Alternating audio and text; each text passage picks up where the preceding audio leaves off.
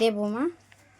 দেখো এইটা হচ্ছে অ্যালোভেরা আর পেঁয়াজ দিয়ে আমি পেস্ট করেছি। লেবু দেবো খুকশির জন্য, ভীষণ খুকশি, আর তেমনি তো চুল ওঠে। আর এই যে এই তেল দেবো। ওফ, দাঁড়া আমি নিয়ে নিই, নাও, বেশি পাকা। আর এই লেবুটা দেবো, ভীষণ খুকশি। শীতকালে কোনো কিছু মেখে হচ্ছে না, সেরকম তো মাখাও হয় না। আমি রূপচর্চাটা একটু কম করি, কিন্তু চুল চর্চাটা একটু করি বলে আমি নিজেই টাক হয়ে যাচ্ছি, ন্যাড়া হয়ে যাচ্ছি, বলে আর বোঝাতে পারবো না। তো চুলটা ভীষণ ভাল লাগে, কিন্তু চুলটাই নেই।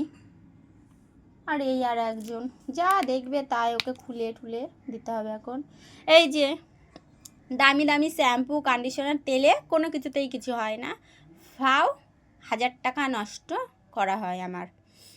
দেবরাজ খচে যায় যেহেতু আমার বরমশাই, ও একটু চুল পছন্দ করে ওরও। আমার চুল উঠছে দেখো, আজকে কি করবো। আর এই অ্যালোভেরা না মাখলে না ভীষণ ঠান্ডা লেগে যায়, আর শীতকালে খুকশি হয়, আবার তার মধ্যে পেঁয়াজ, এগুলো দিয়ে আমি এই মাথায় মাখবো,